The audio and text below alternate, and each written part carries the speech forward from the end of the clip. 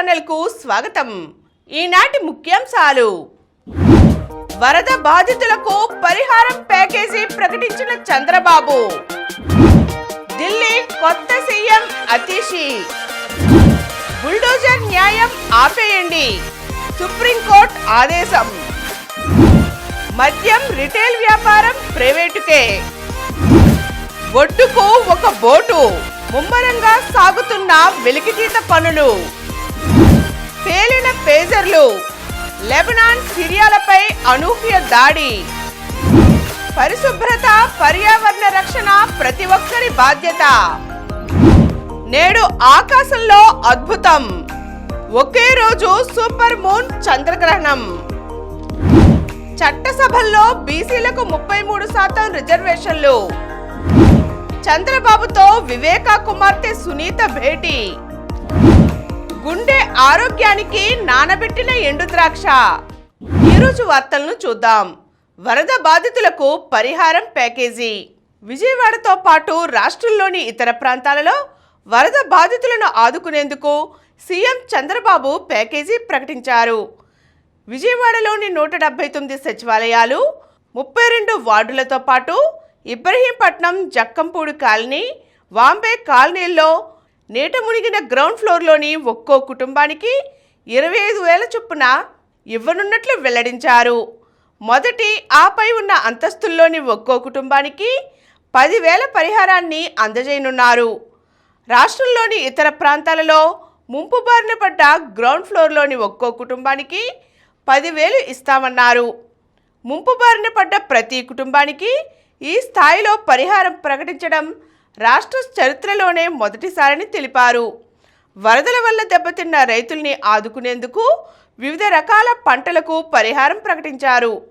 వరద ప్రభావిత ప్రాంతాల్లో ఎవరైనా అద్దె ఇళ్లలో నివసిస్తుంటే వారికి పరిహారం అందిస్తాం. ఇంటి యజమాని బీమా క్లెయిమ్ చేసుకోవచ్చు. పంట నష్టపరిహారం కూడా కౌలు రైతులకే చెల్లిస్తామని అన్నారు. ఢిల్లీ కొత్త సీఎం అతీషి. పార్టీలో, ప్రభుత్వంలో కీలకంగా వ్యవహరిస్తున్న 43 ఏళ్ల ఆప్ యువ నాయకురాలు అతీషి మార్లేనా సింగ్ ఢిల్లీ కొత్త ముఖ్యమంత్రిగా ఎన్నికయ్యారు. మంగళవారం జరిగిన పార్టీ శాసనసభాపక్ష సమావేశంలో ఎమ్మెల్యేలంతా ఆమెను ఏకగ్రీవంగా ఎన్నుకున్నారు. మద్యం కుంభకోణం కేసులో ఆరోపణలు ఎదుర్కొని జైలుకు వెళ్లి ఇటీవలే విడుదలై వచ్చిన కేజ్రీవాల్ మధ్యంతర ఎన్నికల లక్ష్యంతో రాజీనామా చేయడంతో ఏర్పడిన ఖాళీని అతీషితో భర్తీ చేస్తున్నారు. కేజ్రీవాల్ ఆమె పేరును ప్రతిపాదించగా అందరూ ఆమోదించారు. దీంతో శీలా దీక్షిత్, సుష్మా స్వరాజ్ తర్వాత ఢిల్లీకి 3వ మహిళా ముఖ్యమంత్రిగా అతీషి ఎన్నికయ్యారు. తన సలహాలు, సిఫార్సులతో చిన్న మధ్యతరగతి కుటుంబాలను ఆకర్షించారు అతీషి. అదే ఆమెకు ఢిల్లీ కేబినెట్లో స్థానాన్ని తెచ్చిపెట్టింది. 2023 నుంచి మంత్రిగా విద్య, public works department, power, tourism, ఇంకా రెన్యూవబుల్ ఎనర్జీ, కాలుష్య నివారణ, సస్టైనబిలిటీ పాలసీల మీద ఆమె పనిచేశారు. కేజ్రీవాల్ అరెస్ట్ అయిన తరువాత అందరికీ దిశానిర్దేశం చేశారు. ఈ క్రమంలో 14 విభాగాల బాధ్యతలు తీసుకున్నారామె. కేబినెట్లో ఏకైక మహిళ అయినా ధైర్యంగా ప్రభుత్వం తరపున నిలబడి పాలన కొనసాగేలా చేశారు. కాబట్టే స్వాతంత్ర దినోత్సవ వేడుకల్లో ప్రభుత్వం తరపున జెండా ఎగురవేయాలన్నా, తాజాగా తన తరువాత సీఎం పీఠంపై కూర్చుని పాలన సాగించాలన్నా కేజ్రీవాల్కి కనిపించిన వ్యక్తి అతీషియే. పరిశుభ్రత పర్యావరణ రక్షణ ప్రతి ఒక్కరి బాధ్యత. పరిశుభ్రత పర్యావరణ పరిరక్షణ ప్రతి ఒక్కరి బాధ్యతని విజయవాడ మధ్య ఎమ్మెల్యే బోండా ఉమామహేశ్వరరావు అన్నారు. అజిత్ సింగ్ నగర్లోని ఎంబీపీ స్టేడియంలో విజయవాడ నగరపాలక సంస్థ ఆధ్వర్యంలో మంగళవారం స్వచ్ఛతే సేవా కార్యక్రమం ప్రారంభోత్సవానికి ఆయన ముఖ్య అతిథిగా హాజరయ్యారు. ఈ సందర్భంగా ఆయన మాట్లాడుతూ, రోజు మన ఇంటిని, పరిసరాలను ఎంత శుభ్రంగా ఉంచుకుంటామో అంతకంటే ఎక్కువగా మన విజయవాడను శుభ్రంగా ఉంచాలన్నారు. స్వచ్ఛాంధ్ర కార్పొరేషన్ ఎండి గంధం చంద్రుడు మాట్లాడుతూ, ప్రతి ఒక్కరి స్వభావంలో, సంస్కారంలో స్వచ్ఛత ఉండాలని సూచించారు. నగరపాలక సంస్థ కమిషనర్ ధ్యానచంద్ర మాట్లాడుతూ కాలుష్యాన్ని తగ్గించే దిశగా నగరపాలక సంస్థ పనిచేస్తుందన్నారు. అనంతరం పరిసరాలను శుభ్రంగా ఉంచుతామని స్వచ్ఛతా ప్రతిజ్ఞ చేశారు. తొలుత స్వచ్ఛతే సేవా పోస్టర్ను ఆవిష్కరించి బెలూన్లను గాల్లోకి వదిలిపెట్టారు. కార్యక్రమంలో Swachh Vijayawada brand ambassador doctor G Samaram, VMC అదనపు commissioner KV Satyavathi, CMHO doctor P Ratnavali, deputy commissioner G Srujana, deputy city planner Jubin, ఇతర అధికారులు, విద్యార్థులు, స్వచ్ఛంద సంస్థల ప్రతినిధులు పాల్గొన్నారు. నేడు ఆకాశంలో అద్భుతం. ఈరోజు ఈ సంవత్సరంలోనే రెండో చంద్రగ్రహణం ఏర్పడింది. ఇది పాక్షిక చంద్రగ్రహణం. ఇదే రోజున సూపర్ మూన్గా కూడా చంద్రుడు కనిపించాడు. ఈ గ్రహణం భారత్లో కనిపించేందుకు అవకాశం లేదు. భారత కాలమాన ప్రకారం ఈరోజు ఉదయం 6:11 ఈ గ్రహణం ప్రారంభమై 10:17 ముగిసింది. గ్రహణం మొత్తం 4:06 పాటు కొనసాగింది. ఈ గ్రహణాన్ని ప్రత్యక్ష ప్రసారం చేస్తున్నట్లు నాసా ప్రకటించింది. మరోవైపు చంద్రుడు సాధారణ పౌర్ణమి రోజుల్లో కంటే కాస్త పెద్దగా కనిపించాడు. దీన్నే సూపర్ మూన్గా పిలుస్తారు. ఈ సూపర్ మూన్ని హార్వెస్ట్ మూన్ అని కూడా అంటారు. ఈ చంద్రగ్రహణం యూరప్, ఆఫ్రికా, నార్త్ సౌత్ అమెరికాలతో పాటు ఆసియాలోని కొన్ని దేశాల్లో కూడా కనిపించింది. మద్యం రీటైల్ వ్యాపారం ప్రైవేటుకే. రాష్ట్రంలో 2019 కంటే ముందున్న మద్యం విధానాన్ని తిరిగి ప్రవేశపెట్టనున్నారు. మద్యం రీటైల్ వ్యాపారం మొత్తం ప్రైవేటుకే అప్పగించనున్నారు. త్వరలో తీసుకురాబోయే నూతన మద్యం విధానంలో 3,396 దుకాణాలను నోటిఫై చేస్తున్నట్లుగా ఎన్నికల ప్రణాళికలో ఇచ్చిన హామీ మేరకు గీత కార్మికుల కోసం అదనంగా మరో 396 దుకాణాలు నోటిఫై చేస్తున్నట్లుగా తెలిపారు. వీటన్నిటికీ దరఖాస్తులను ఆహ్వానిస్తున్నారు. ఏ రాష్ట్రంలోని వ్యక్తి అయినా నిర్దేశిత రుసుములు చెల్లించి వీటి కోసం దరఖాస్తు చేసుకోవచ్చు. పేలిన పేజర్లు. లెబనాన్, సిరియాలపై మంగళవారం అనూహ్య దాడి జరిగింది. 2 దేశాల్లో ఒకేసారి వందల పేజర్లు పేలిపోయాయి.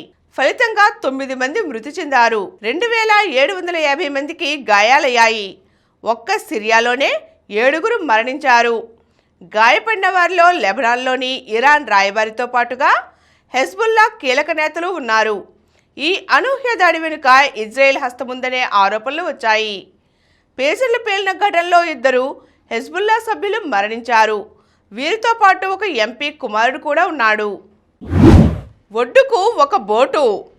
ప్రకాశం బ్యారేజీలో చిక్కుకున్న 3 బోట్లలో ఒక దానిని ఇంజనీర్లు మంగళవారం రాత్రి ఒడ్డుకు చేర్చారు. ఇనుప కుక్కేలు, తాళ్లతో చేసిన ప్రయత్నం ఎట్టకేలకు ఫలించింది. 2 భారీ పడవలకు అదనంగా మరో 2టిని తీసుకువచ్చారు. వీటితో మునిగిన బోట్లను వాటికి కట్టి లాగారు. బోట్ల వెలికితీత 8 రోజులుగా సాగుతోంది. పలుమార్లు ప్రయత్నించాక 10 అడుగుల మేర ఒక బోటును పైకి లేపారు. దానిని భారీ పడవలకు కట్టి ఎట్టకేలకు ఒడ్డుకు చేర్చారు. మిగిలిన 2 బోట్లను ఈరోజు వెలికితీస్తారు. చంద్రబాబుతో వివేకా కుమార్తె సునీత భేటీ. మాజీ మంత్రి వైఎస్ వివేకానందరెడ్డి హత్య కేసు దర్యాప్తు చేస్తున్న సిబిఐ అధికారులపై బాధితులమైన తమపై గత వైకాపా ప్రభుత్వం అక్రమ కేసులు బనాయించిందని, వాటిపై లోతుగా దర్యాప్తు చేసి అసలు నిజాలు బయటపెట్టాలని ముఖ్యమంత్రి చంద్రబాబుకు వివేకా కుమార్తె సునీత విన్నవించారు. వివేకా వద్ద పిఏగా పనిచేసిన కృష్ణారెడ్డి ఫిర్యాదు ఆధారంగా అప్పట్లో తప్పుడు కేసులు పెట్టి వేధించారని ఆయన దృష్టికి తీసుకువచ్చారు. వీటన్నిటిపై సిఐడితో లోతైన దర్యాప్తు చేయించాలని కోరారు. అలాగే వివేకా హత్య కేసులో ఇంకా పట్టుకోవలసిన నిందితులు చాలామంది ఉన్నారని, అసలైన దోషులకు శిక్ష పడేలా చూడాలని విజ్ఞప్తి చేశారు.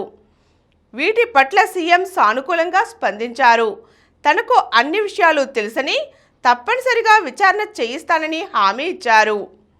కాగా వరద బాధితుల సహాయార్థం ముఖ్యమంత్రి సహాయ నిధికి సునీత, ఆమె భర్త నర్రెడ్డి రాజశేఖర్ రెడ్డి 10 లక్షల విరాళం అందించారు. చట్టసభల్లో బీసీలకు 33% రిజర్వేషన్లు. చట్టసభల్లో బీసీలకు 33% రిజర్వేషన్ల అమలుకు రాష్ట్ర ప్రభుత్వం కీలక నిర్ణయం తీసుకుంది. సంబంధిత దస్త్రాన్ని బుధవారం నాడు మంత్రివర్గ సమావేశం ముందు పెట్టాలని అధికారులను ముఖ్యమంత్రి చంద్రబాబు ఆదేశించారు. రానున్న అసెంబ్లీ సమావేశాలలో దీనిపై తీర్మానం చేసి కేంద్రానికి నివేదిస్తామని అన్నారు. 2014-19 మధ్య అమలైన ఎన్టీఆర్ విదేశీ విద్య, విద్యోన్నతి పథకాలను పునరుద్ధరించాలని ఆదేశించారు. ఎస్సీ, ఎస్టీ, బీసీ మైనారిటీలకు ఎక్కువగా లబ్ధి చేకూరేలా పథక నిబంధనల్లో అవసరమైన మార్పులు చేయాలని సూచించారు. 26 జిల్లాలలో బీసీ భవన్ల నిర్మాణానికి చర్యలు తీసుకోవాలన్నారు. బీసీ స్టడీ సర్కిళ్ల బలోపేతానికి 10 కోట్లు విడుదల చేయాలని ఆదేశించారు. రాష్ట్ర వ్యాప్తంగా ఉన్న బీసీ గురుకులాల్లో సీసీ కెమెరాలు ఏర్పాటు చేసి వాటిని ఆర్టీజీఎస్తో అనుసంధానం చేసి నిరంతరం పర్యవేక్షించాలని సీఎం చంద్రబాబు ఆదేశించినట్లు బీసీ సంక్షేమ శాఖ మంత్రి సవిత వెల్లడించారు. బుల్డోజర్ న్యాయం ఆపండి. దేశంలోని ఏ ప్రాంతంలోనూ తమ అనుమతి లేకుండా నిందితుల ఆస్తులు సహా ఏ ఒక్క నిర్మాణాన్ని అక్టోబర్ 1 వరకు కూల్చివేయవద్దని సర్వోన్నత న్యాయస్థానం ఆదేశించింది. అక్రమంగా ఒక కట్టడాన్ని ధ్వంసం చేసిన రాజ్యాంగ ఉల్లంఘనకు పాల్పడినట్లేనని justice BR Gavai, justice KV Viswanathan ధర్మాసనం మంగళవారం తేల్చి చెప్పింది. బుల్డోజర్ న్యాయంను తక్షణమే ఆపాలని నిర్దేశించింది. అయితే రహదారులు, ఫుట్పాత్ల మీద, రైలు మార్గాలు, జలాశయాలు, ప్రభుత్వ స్థలాల పరిధిలో నిర్మించిన అక్రమ కట్టడాలకు తమ ఆదేశాలు వర్తించవంటూ మినహాయింపునిచ్చింది.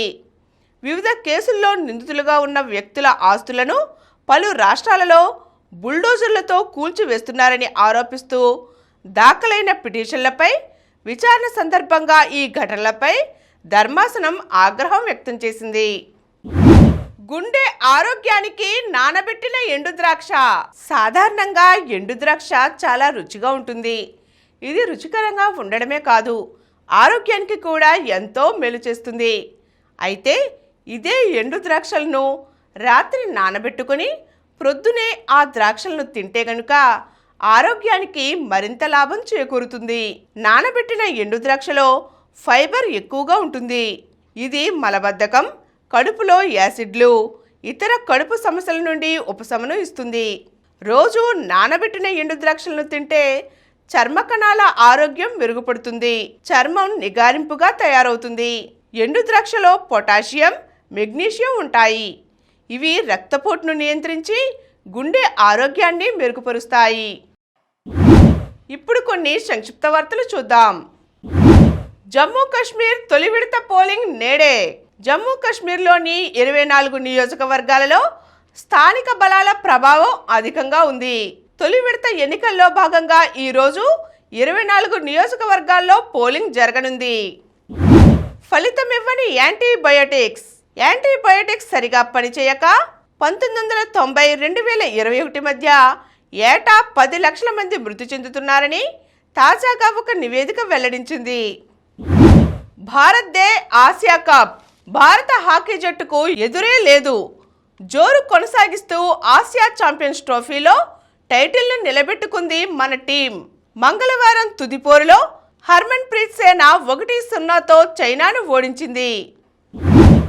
భారత్కు చైనా పరీక్ష. చెస్ ఒలింపియాడ్లో వరుసగా 6 విజయాలతో జోరు కొనసాగిస్తున్న భారత జట్టు స్వర్ణ పతక అవకాశాలను మరింత మెరుగుపరుచుకునేందుకు సమరానికి సిద్ధమైంది. బలమైన చైనాతో పురుషుల జట్టు, జార్జియాతో మహిళల బృందం ఈరోజు తలపడబోతున్నాయి. ప్రతిరోజు వార్తా విశేషాల కోసం అనతి కాలంలోనే 20 కోట్ల వ్యూస్ సాధించిన సమరం ఛానల్ సమర్పించు సమరం న్యూస్ ఛానల్కు సబ్స్క్రైబ్ చేయండి, లైక్ చేయండి, మీ ఫ్రెండ్స్కి షేర్ చేయండి. అలాగే ప్రక్కనున్న గంట సింబల్ని ప్రెస్ చేయడం మర్చిపోకండి. Please download Samaram Channels app from Google Play Store and watch your favorite channels. Click the bell icon and subscribe to the channels.